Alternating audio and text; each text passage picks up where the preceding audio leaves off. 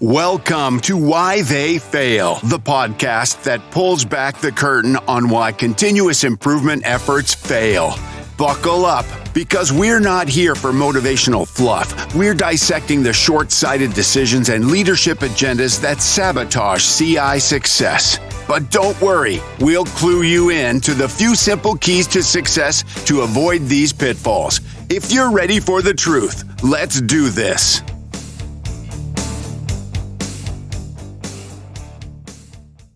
Welcome to Why They Fail, the podcast that picks apart the wreckage of continuous improvement efforts. I'm your host, Kevin Clay, a seasoned Lean Six Sigma Master Black Belt and mentor at Six Sigma Development Solutions. I'm here to tell you the stories of leadership agendas and short-sighted decisions that derail CI projects. We're not sugarcoating anything in this podcast. Get ready for a raw, unfiltered look at the reasons why so many continuous improvement efforts fail. But don't worry, this is not a doom and gloom podcast. We are also going to show you the insanely simple key to avoiding these pitfalls and building a phenomenal, sustainable CI endeavor. Let's dive in. Why They Fail and the Simple Key to Success is the podcast where we expose the harsh realities of continuous improvement failures and give you the blueprint for lasting change.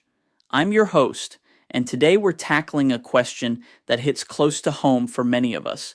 Is your continuous improvement program just a fad diet for your business? You know, it's funny how often business initiatives mirror our personal struggles. Think about losing weight. How many of you have bought that treadmill that now serves as a high-tech clothes hanger? Or maybe you tried a diet plan that promised instant results, only to find yourself back where you started a few weeks later. It's a common experience, isn't it?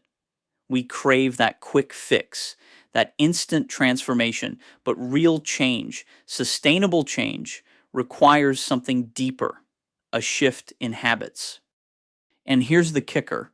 Continuous improvement efforts in organizations often fall into the exact same trap.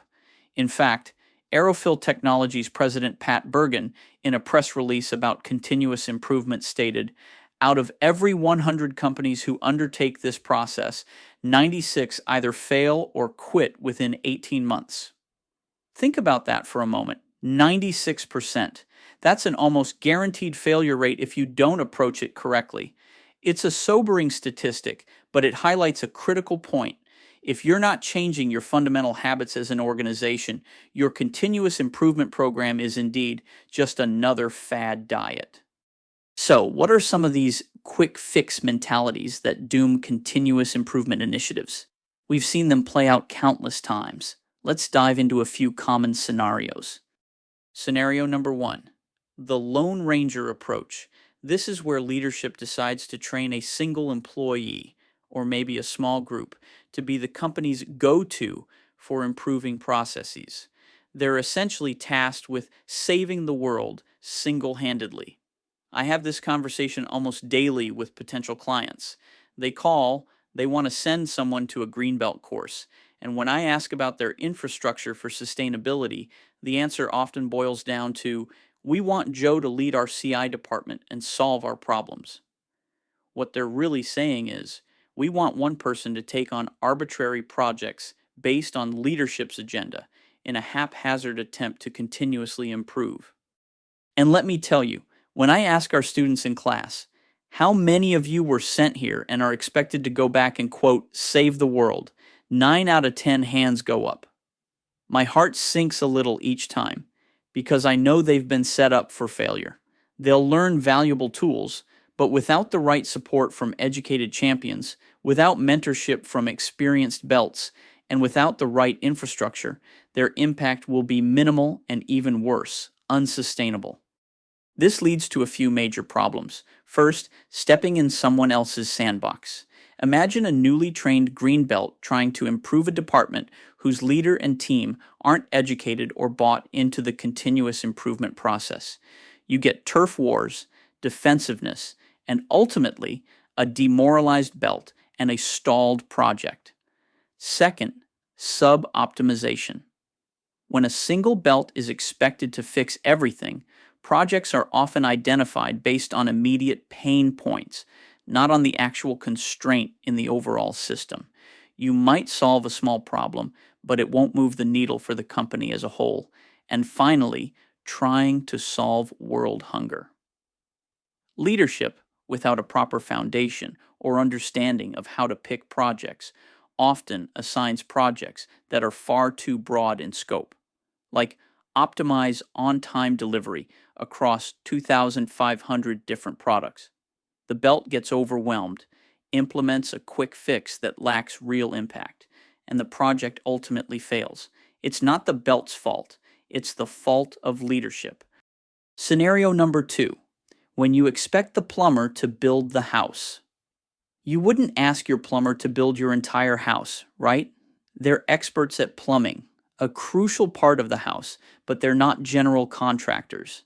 Yet, in organizations, we frequently see companies tasking a newly trained green belt or black belt with little to no experience to lead a Lean Six Sigma deployment.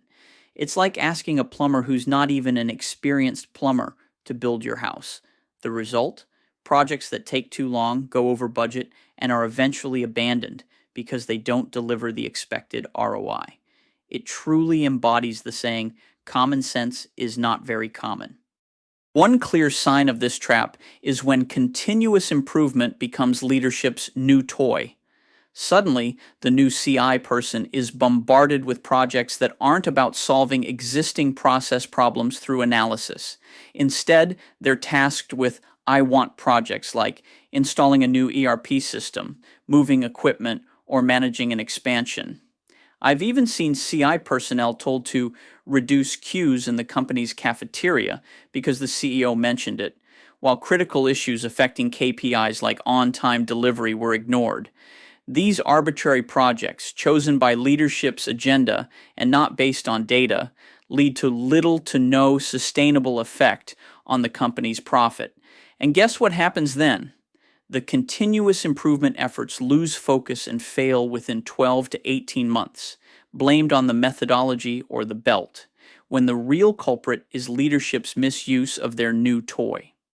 So, what's the solution to avoiding these common pitfalls? It's simple, but not always easy. You must avoid the quick fix mentality. Instead, you need to build a strong foundation for your continuous improvement efforts. This isn't about finding a magic bullet. It's about a fundamental shift in how your company operates.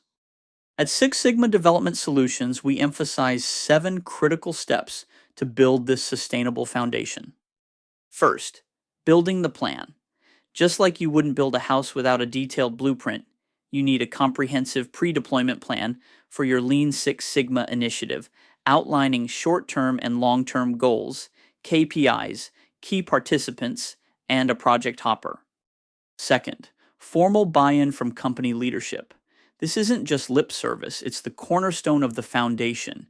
If leaders aren't engaged, supportive, and accountable, turf wars will erupt, and projects will be roadblocked, ultimately leading to failure.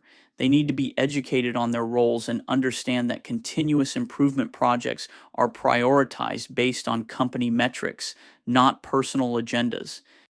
Third, identifying the continuous improvement deployment owner. This person isn't the head problem solver, but rather the manager of change, ensuring everyone is aligned and working towards common goals. Fourth, a concrete understanding of site, departmental, and organizational KPIs across the entire company. This is perhaps the most vital step. Most organizations fail here, picking arbitrary projects based on pain instead of prioritizing them by their effect on key performance indicators. Without clear, well-defined KPIs, how can you know what to improve or what the most important projects are for success? Fifth, training champions to be the project managers and cheerleaders. These are your bulldozers, removing roadblocks for your change agents. These champions are your cheerleaders, consistently promoting Lean Six Sigma as the way we do things moving forward. They lead by metrics, not emotion, and ensure that projects are chosen and prioritized based on their impact on KPIs. Sixth, establishing a project hopper. This allows everyone in the organization to identify problems and ideas for improvement. It's crucial to get input from all levels, especially the operators on the floor, who have intimate knowledge of processes. These ideas are then prioritized based on their importance to the company's KPIs. We've seen companies ignore the voice of the operator and pay for it significantly. And finally, seventh, training the masses. Once leadership and champions are trained, you must educate everyone else. If employees don't understand what's happening and why, they'll assume the worst. Training them on the fundamentals of Lean and Six Sigma helps them identify waste and problems and empowers them to make small improvements within their own areas. A company with 490 yellow belts can make a far greater impact than one with just 10 green belts. The key takeaway here, the simple key to success, truly lies in effective targets or key performance indicators. Without clear, well-defined KPIs, your continuous improvement efforts are like shooting in the dark. Ineffective KPIs can be fuzzy, non-existent, wrong, or simply too numerous, leading to confusion, wasted effort, and ultimately failure. Good KPIs are clear, simple, measurable, cascaded from strategic goals, communicated throughout the organization, customer focused, leading indicators, achievable, and consistently evaluated. When you build a project hopper, empower everyone to identify problems and prioritize projects based on their effect on the KPIs. Following these simple keys to success will ensure you are building a continuous improvement effort that will sustain. So, if your continuous improvement program feels like a fad diet, delivering quick, unsustainable results, or worse, no results at all, it's time to stop chasing the quick fix. It's time to change your organizational habits. It's time to build that strong foundation. All right, before we wrap up today's deep dive into failure, let's talk about turning things around. You've heard some hard truths about why they fail. Now, how about learning how not to fail? My book, Why They Fail, is packed with even more real-world insights and the proven strategies to build a truly sustainable continuous improvement culture. And I want to give you a copy for free. Just click the link right there in the show notes. You will find another link that is your gateway to discovering more about how Six Sigma development solutions can help you avoid the pitfalls we discuss. Want to go deeper? We offer public green belt and black belt training at 52 locations worldwide, plus virtual options, so you can train wherever you are. We can even bring customized on-site training directly to your organization. Do you prefer to learn at your own pace? We've got robust online certification training too. Don't wait for your CI efforts to become another statistic. Click the link in the show notes, or if you want to talk it through, call us directly at 866-922-6566. That's 866-922-6566. Get your free book and start building success today.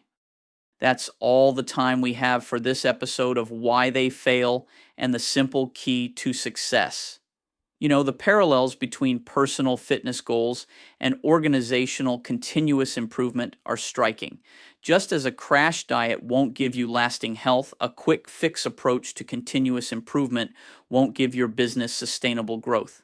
It takes a fundamental change in habits, a commitment to building a strong foundation, and a clear understanding of your goals.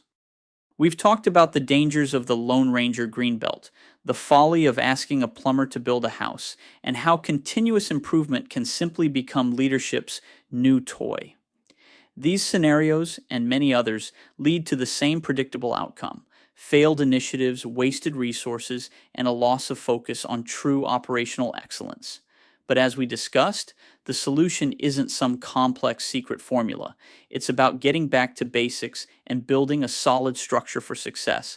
It starts with a well-defined plan, genuine executive buy-in, and a clear understanding of your key performance indicators, your KPIs.